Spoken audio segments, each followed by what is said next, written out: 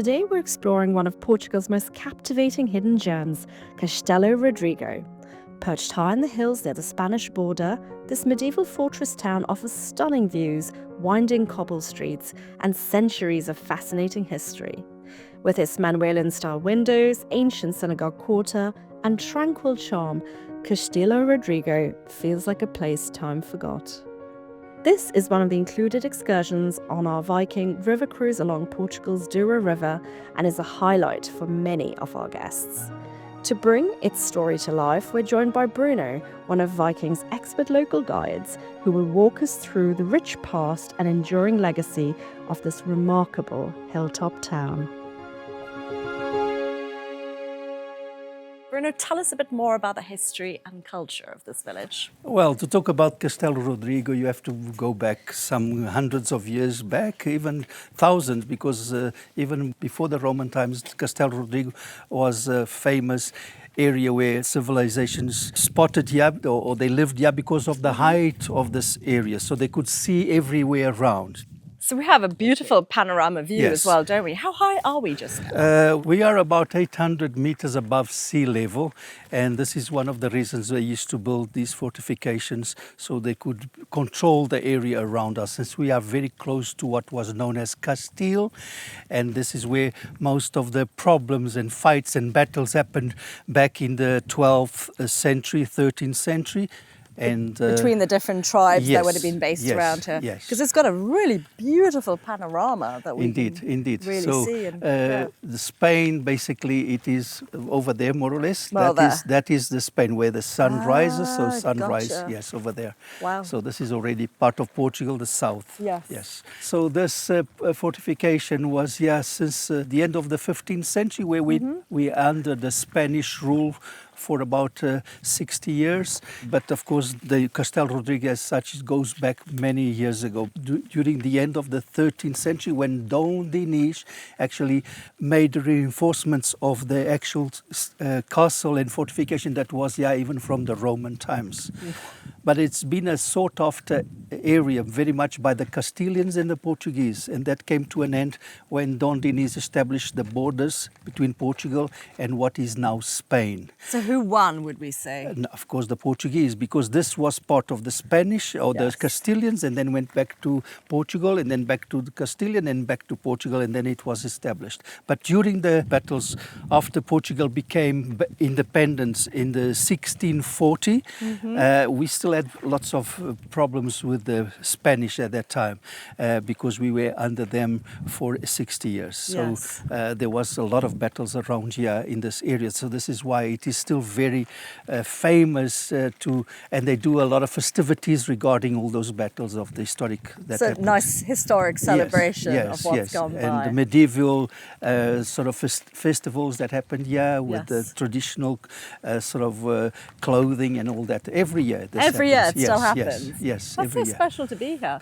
Has this ever been inhabited though? I mean, how long was it last inhabited? No. This castle was owned by one of the prominent figures, that Cristóvão de Moura, and he was supposedly one of the traitors because he was siding with the Spanish or the Castilian side, and of course the people revolted against him, and the king as well. So they apparently killed him, and he was thrown over the walls, and this is lots of things that happened. And some people say that he was actually not so bad, that he was actually pro-Portuguese, but there is a lot of myth and about Cristóvão de Moura. But apparently the Spanish didn't want the Portuguese to actually enjoy the great palace, and when they retreated back to Spain, and they destroyed it, and it was destroyed by fire by the locals. How long ago was that? That we're talking about the 1600s, late 1600s. So it's a very long time after ago. 1640, let's say, when we regained independence in Portugal. And when we go through into the old village, how many people used to live here, and how many people live here today? No, there was a big communities here, Jewish communities, Muslim communities, and Christians, which were near the church. And they all lived together. And we're talking about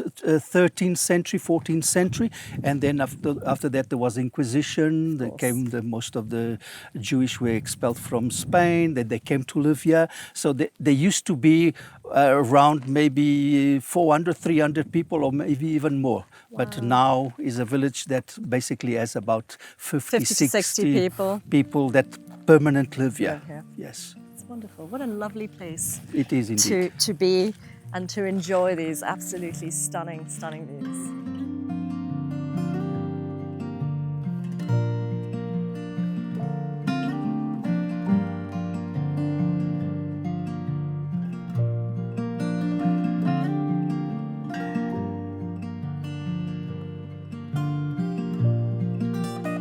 So where are we headed now, Bruno? Now we're heading towards the main church, the 12th century church.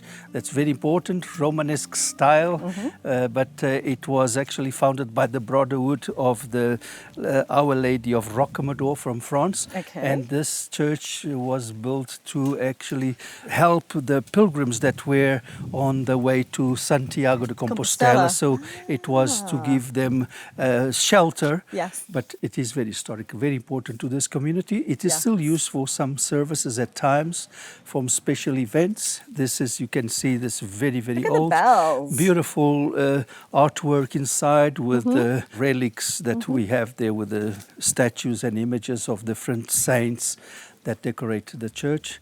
The bells dating back to the 18th century, the tower from the 17th century, so not everything was built at the same time.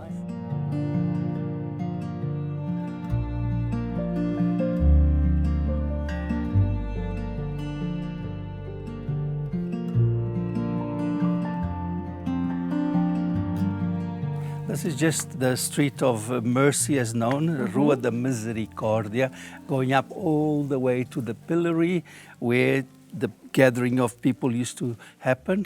And as the messenger from the court or from the leader would come up like a postman, and then he would sound a trumpet, and then everybody would come and gather because they would know when the trumpet sounds, it's an important event or information from the royal family or from the king or from whatever.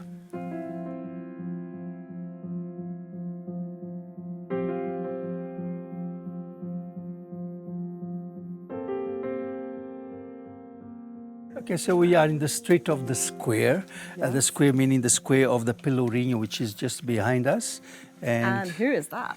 Oh, this picture here, this is the messenger. This is the post office box. So it opens and the postman puts the letters inside. Yes. And of course, this is the traditional symbol of the post office, even to this day. Wow. It has a horse that used to bring the messengers, that used to bring the post or the communication. So they used to have a trumpet. And like I said, the same thing with the Pelourinho. You would sound the trumpet, people would come and listen. In those days, there was no post, of course. Yes. Since the post has been invented, they use this as the sign of the I love it. It's a lovely symbol, really, isn't it? Yes, indeed. And of course, we are going towards the east as the gate where we came in, which is known as the Arch of the Sun, because that's where the sun rises from Spain. From ancient walls and panoramic views to stories of resilience and refuge, Castelo Rodrigo offers a profound glimpse into Portugal's layered history. As you've seen today, this unforgettable destination is just one of the many included experiences on a Viking river cruise along the Douro, a journey filled with culture, connection, and discovery.